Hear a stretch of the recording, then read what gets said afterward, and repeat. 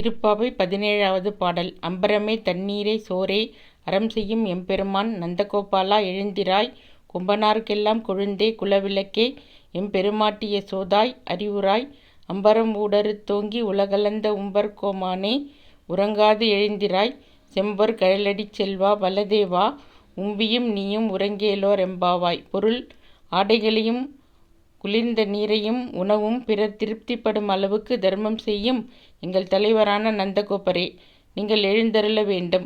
கொடி போன்ற இடைகளையுடைய பெண்களுக்கெல்லாம் தலைவியான இளகிய மனம் கொண்ட யசோதையே, மங்களகரமான தீபம் போன்ற முகத்துடன் பிரகாசிப்பவளே, நீ எழ வேண்டும்.